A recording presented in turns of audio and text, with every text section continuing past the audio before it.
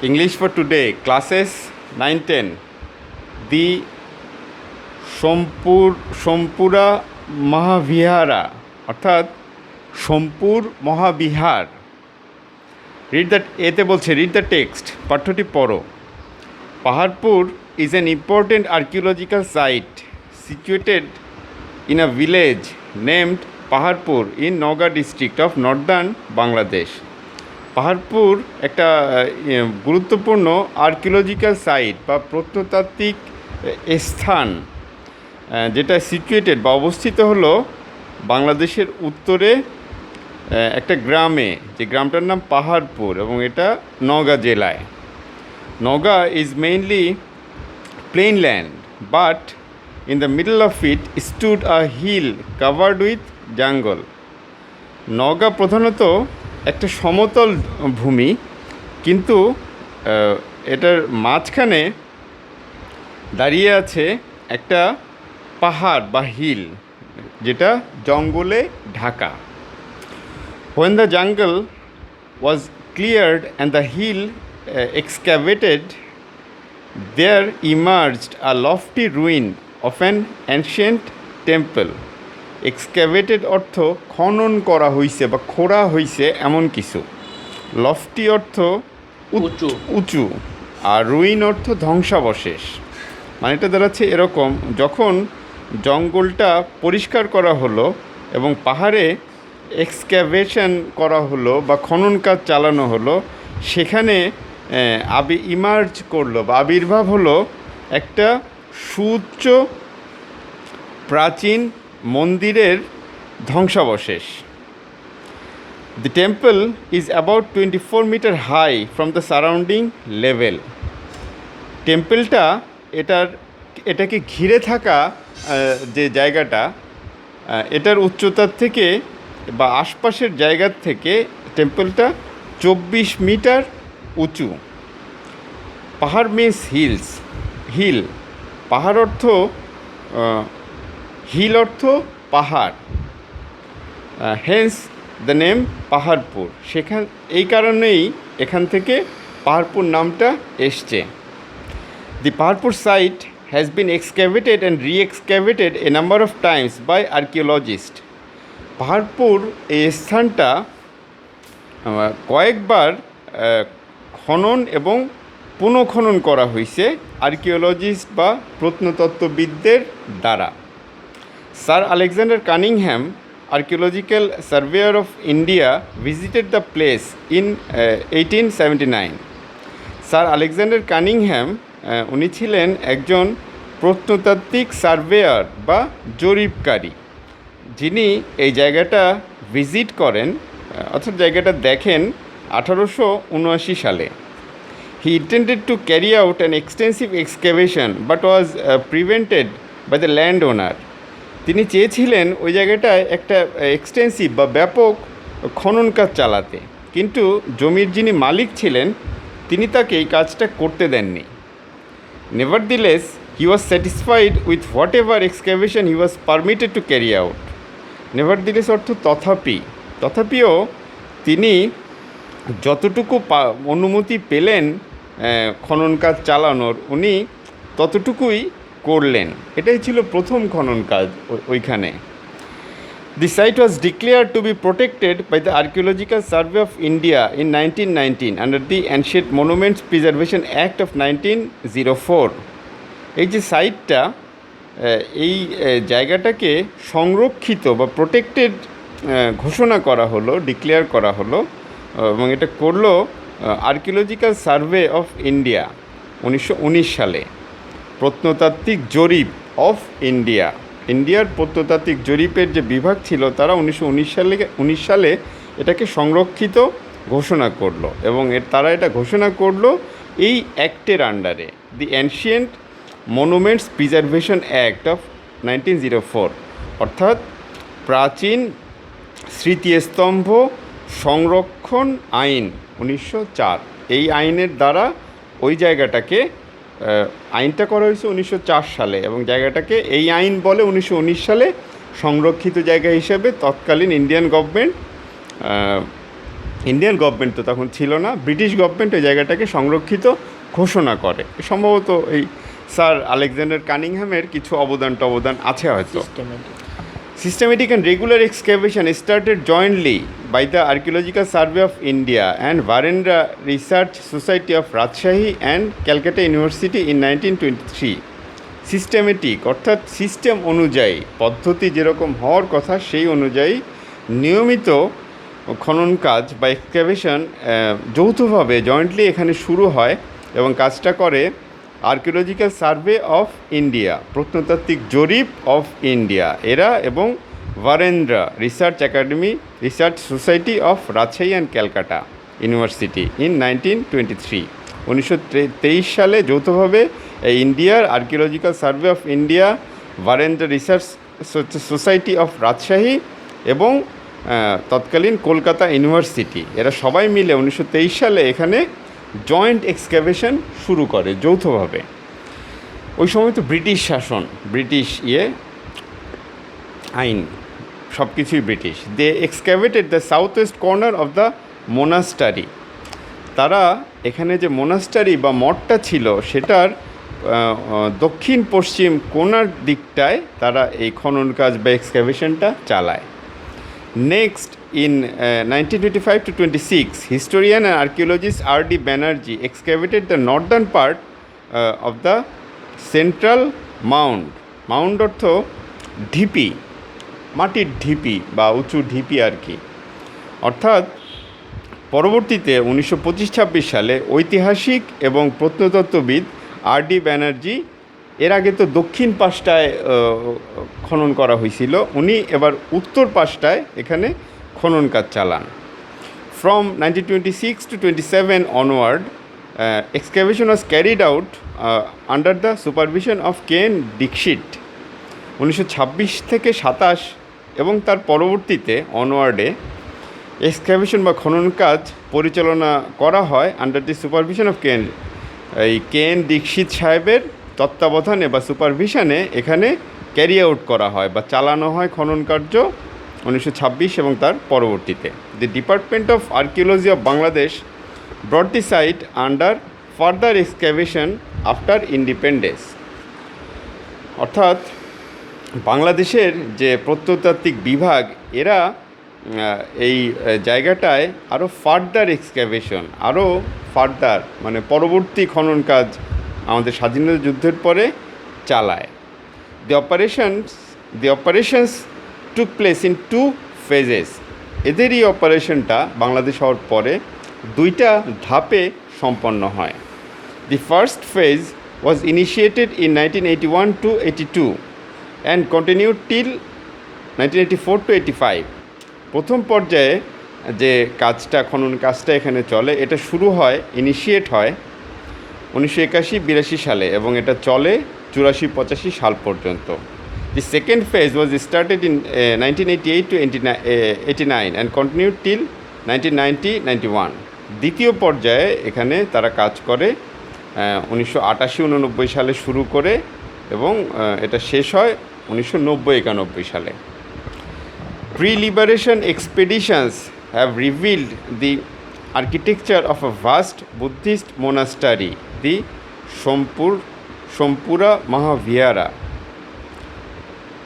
Pre-liberation যুদ্ধের আগে যে এক্সপেডিশন বা অভিযানগুলো অর্থাৎ খনন কাজ বা খুঁজে টুজে দেখা এখানে করা হয়, সেগুলোর থেকে রিভিল হয় বা প্রকাশ পায় যে এখানে একটা দি আর্কিটেকচার, এটা স্থাপত্য আছে ফার্স্ট বুদ্ধিস্ট মোনাস্টারি, একটা অনেক বড় বৌদ্ধদের মঠের একটা স্থাপত্য এখানে পাওয়া যায়, যেটাকে বলা হচ্ছে Somapura Mahavihara.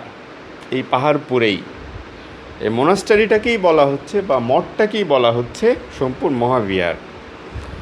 Mahavihara. It is dominated by the central shrine, attracting immediate attention by its lofty height and unusual architectural design। এই জায়গাটায় আধিক্য দেখা যায়, it is dominated by the central shrine. এই জায়গাটার যেই জায়গাগুলো প্রধান বা লক্ষণীয় বিশেষভাবে লক্ষণীয় তার মধ্যে আছে সেন্ট্রাল শ্রাইন, কেন্দ্রস্থানে যে শ্রাইন বা পবিত্র স্থান, সবথেকে পবিত্র স্থান সেই জায়গাটা কেন্দ্রে। অ্যাট্রাক্টিং ইমিডিয়েট অ্যাটেনশান, যেটা তৎক্ষণাৎ আমাদের মনোযোগ আকর্ষণ করে। এটার লফটি হাইট বা সুউচ্চ উচ্চতা বা হাইট এবং আনইউজুয়াল আর্কিটেকচারাল ডিজাইন, মানে যেটা সচরাচর দেখা যায় না, এ ধরনের স্থাপত্য শৈলী, এই কারণে, স্থাপত্য শৈলীর কারণে। Somapura মহাবিহারা was one of the most famous Buddhist institution for monks of ancient Bengal and southern Asia. Somapura Mahavihara এটা ছিল one of the most famous Buddhist institution. বৌদ্ধদের যে ইনস্টিটিউশনগুলো ওই সময় ছিল, বৌদ্ধ মঙ্ক বা সন্ন্যাসীদের যে ইনস্টিটিউশনগুলো ওই সময় ছিল, তাদের মধ্যে একটা অন্যতম বিখ্যাত জায়গা এই সোমপুর মহাবিহার। এবং এটা হলো প্রাচীন বাংলা এবং দক্ষিণ এশিয়ার মধ্যে এই জায়গাটা ছিল একটা বিখ্যাত জায়গা বৌদ্ধ সন্ন্যাসীদের কারণে। The excavated complex at Paharpur has been identified as Somapura Mahavihara, built by the second Pala king Dharmapala 781 to 81 AD। যে এখানে এক্সক্যাভেটেড কমপ্লেক্স মানে এখানে খোঁড়ার পরে, খনন কাজ চালানোর পরে যে কমপ্লেক্সটা পাওয়া গেছে পাহাড়পুরে, এটাকে চিহ্নিত করা হয়েছে সোমপুর মহাবিহার হিসেবে, যেটা তৈরি করছেন দ্বিতীয় পাল রাজা ধর্মপাল। ওনার শাসনকাল ছিল 781 থেকে 821 খ্রিস্টাব্দ এডি, খ্রিস্টের জন্মের পরে। Some clay seals from the ruins bear the inscription Shri Somapura, Shri Somapura, Shri Dharmapala Deva Mahaviharia ভিক্ষু সাংস্থ্যা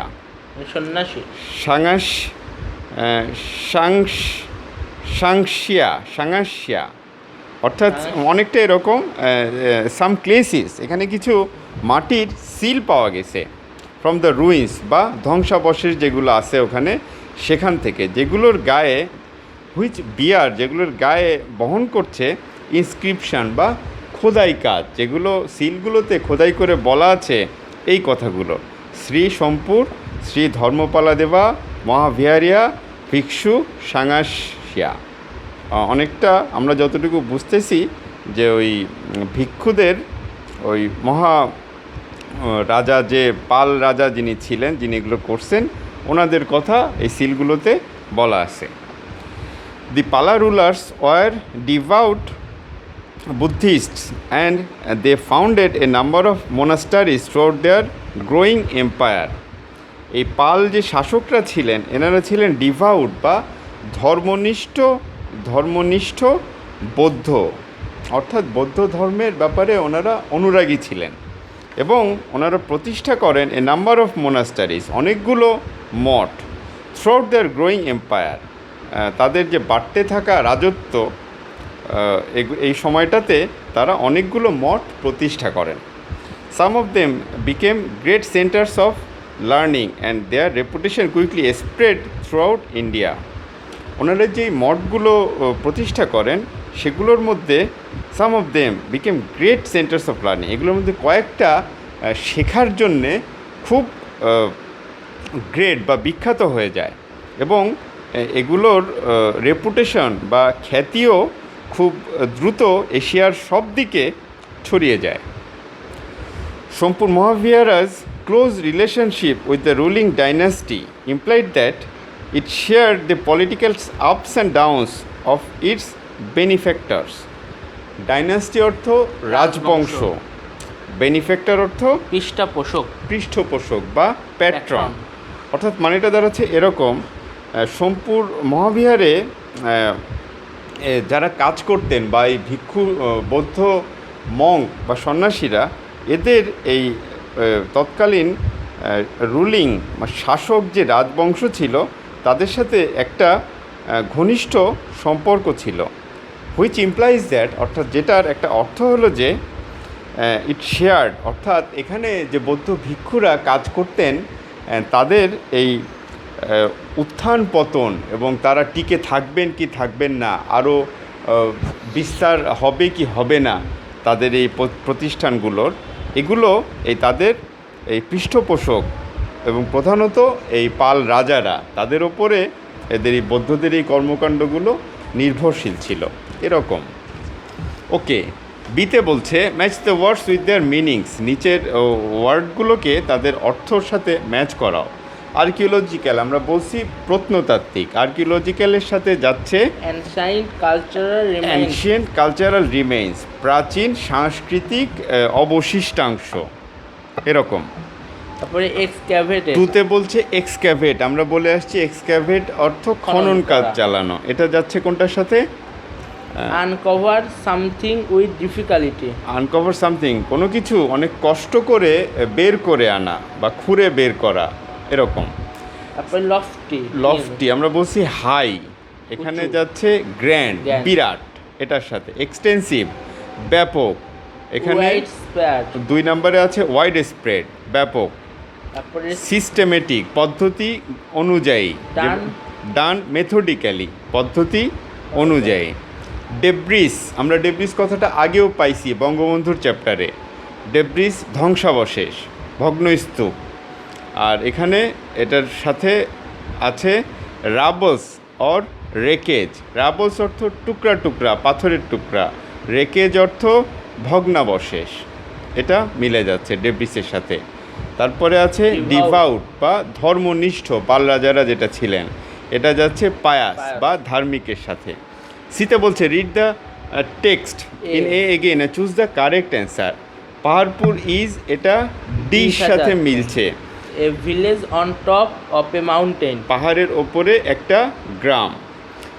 after excavation the archaeologist discovered a huge, খনন কাজ চালানোর পরে প্রত্নতত্ত্ববিদরা আবিষ্কার করলেন একটা প্রকাণ্ড বুদ্ধিস্ট মনস্টারি, বৌদ্ধদের মঠ। How many phases of excavation of Paharpur have been mentioned in the text? 6। এখানে যে এক্সক্যাভেশন বা খনন কাজ চালানো হয়েছে পাহাড়পুরে, এগুলোর কতগুলো ধাপ আমাদের পাঠ্যে আমরা পড়ছি, আমরা খুঁজে দেখলাম মোটামুটি 6টা পর্যায় এখানে আছে স্যার কানিংহাম থেকে শুরু করে, এবং বাংলাদেশ লিবারেশনের পরেও, স্বাধীনতার পরেও আরও 2টা ধাপে বোধহয় কাজ হয়েছে, মোট 6টা আমরা পাইছি। ভুল হইতে পারে, জানাই দিও তোমরা। 4-এ বলছে what objects indicate that the site was built by the second Pala king, কোন জিনিসটা নির্দেশ করতেছে যে এই জায়গাটা দ্বিতীয় পাল রাজা নির্মাণ করেছিলেন? এ আর্দেন সিলস, এখানে মাটির যে সিলগুলো পাওয়া গেছে সেগুলো ইন্ডিকেট করছে যে এগুলো এই জায়গাটা দ্বিতীয় পাল রাজার সময়ে নির্মাণ হয়েছে। 5-এ বলছে the word benefactors in the text means, অর্থাৎ বেনিফ্যাক্টর আমরা বলছি পৃষ্ঠপোষক বা প্যাট্রন, এটা মিলছে ফিনান্সিয়াল সাপোর্টার্স ডিতে যেটা আছে, অর্থাৎ অর্থনৈতিকভাবে যারা সাহায্য সহযোগিতা করছে তাদের সাথে বা প্যাট্রনদের সাথে। ডিতে বলছে read the text again, work in pairs, ask and answer the following question. Why is the village name Paharpur? ভিলেজটার নাম পাহাড়পুর কেন? পাহাড়ের মতো উঁচু, পাহাড়ের একটা পাহাড়ের মধ্যে ভিলেজটা, পাহাড়ের একদম উঁচুতে, জঙ্গল ঘেরা পাহাড়ে, এই কারণে গ্রামটাকে আমরা বলছি Paharpur. Where is it located? বাংলাদেশের উত্তর দিকে, বাংলাদেশের উত্তরে নওগাঁ জেলায় এটা অবস্থিত। Why is it famous for? এই জায়গাটা কেন বিখ্যাত? এই জায়গাটা সোমপুর মহাবিহারের জন্য বিখ্যাত। What did Cunningham find when he was digging the Paharpur site? Cunningham যখন এই পাহাড়পুর জায়গাটা খনন কাজ শুরু করেন, বইয়ের মধ্যে খুব বেশি কথা নাই, তবে যতটুকু বলা আছে উনি একটা অ্যানশিয়েন্ট একটা ধ্বংসাবশেষ, রুইন্স বা ডেব্রিস এই ধরনের উনি ওখানে পান। Why was the site officially stated to be preserve? এই জায়গাটাকে কেন অফিসিয়ালি বা দাপ্তরিকভাবে সংরক্ষিত ঘোষণা করা হয়েছে? ওই সময় সরকার দেখছেন যে এটা একটা প্রত্নতাত্ত্বিক নিদর্শন এবং সেই কারণেই তারা প্রত্নতত্ত্ব সংরক্ষণ যে আইন ছিল ওই সময়ে, সেই আইনের আওতায় এনে এই জায়গাটাকে প্রত্নতাত্ত্বিক নিদর্শন হিসাবে সংরক্ষণ করার নির্দেশ দেন, যাতে পরবর্তীতে মানুষ এই জায়গাটা নিয়ে চিন্তাভাবনা করতে পারে এবং ইতিহাস থেকে আমাদের প্রয়োজনীয় তথ্যগুলো আমরা গ্রহণ করতে পারি। পুরাকীর্তি হিসাবে সরকার এটাকে সংরক্ষণ করেন। Now write the answers in your exercise book. Okay, আমরা লিখব, do you have any old or ancient relic in your city, town or village? তোমার যে শহর বা গ্রাম, সেখানে তুমি কি কোনো প্রাচীন এই রেলিক বা ধ্বংসাবশেষ দেখছো বা আছে তোমাদের শহরে? এটা জিজ্ঞেস করছে। নাই, আবার আছেও, অত পুরনো না হলেও কিছু পুরনো তো আছেই। Right about it with the help of the following questions. এই ব্যাপারটা নিয়ে, যে যদি ধ্বংসাবশেষ থাকে তাহলে সেটা নিয়ে নিচের কোশ্চেনগুলো নিয়ে একটু লিখতে বলতেছে।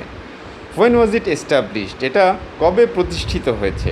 যাদের বাড়ি বগুড়ায় তারা মহেস্থানগঞ্জে লিখতে পারো, যাদের বাড়ি নারায়ণগঞ্জে তারা ওই যে সোনারগাঁ নিয়ে লিখতে পারো, বা আরও অনেক জায়গা আছে। নাটোরে আছে রাজবাড়ি, রানী ভবানীর প্রাসাদ। না, রানী ভবানী নাটোরে, পাবনায় রানী ভবানী নাটোরে। হু বিল্ট ইট, অর্থাৎ যে জায়গাটা নিয়ে আমরা লিখবো সেটা কে তৈরি করেছিলেন? How does it look like, এটা দেখতে কেমন? হাউ বিগ ইজ ইট, এটা কত বড়? হোয়াট ওয়াজ ইট ফর, এটা কেন করা হয়েছিল? এটা কি কোনো মন্দির, মঠ, নাকি উপাসনার জায়গা? আমরা 7 গম্বুজ মসজিদ যেরকম পড়লাম, একটা মসজিদ, এটা দেখলাম এটা একটা মঠ ছিল, সেরকম এটা আমরা যেটার কথা লিখবো, এই জায়গাটা কী কারণে, পারপাসটা কী ছিল যে এটা তৈরি করা হয়েছিল? What is its present condition, এটার বর্তমান অবস্থাটা কী? Why do you like it, তুমি এটা কেন পছন্দ করছো বা এটা নিয়ে কেন লিখছো, সে সম্বন্ধে একটু বলতেই পারো। If you don't have any such relic, search the internet for a relic in Bangladesh that you find interesting and write about it with the help of the above questions. যদি তোমার এলাকায়, শহরে বা গ্রামে এই ধরনের কোনো প্রাচীন ধ্বংসাবশেষ না থাকে, তাহলে ইন্টারনেটে একটু সার্চ করো, বা অর্থাৎ ইন্টারনেটে একটু ঘুরে ফিরে দেখো, তারপরে বাংলাদেশের কোনো রেলিক সম্বন্ধে ইন্টারনেটে দেখো যেটা তোমার কাছে আকর্ষণীয় মনে হয়, এবং সে ব্যাপারে তুমি ওপরের যে প্রশ্নগুলো আছে সেই প্রশ্নগুলোর আলোকে খানিকটা লেখো। ওকে, দ্যাটস অল ফর টুডে।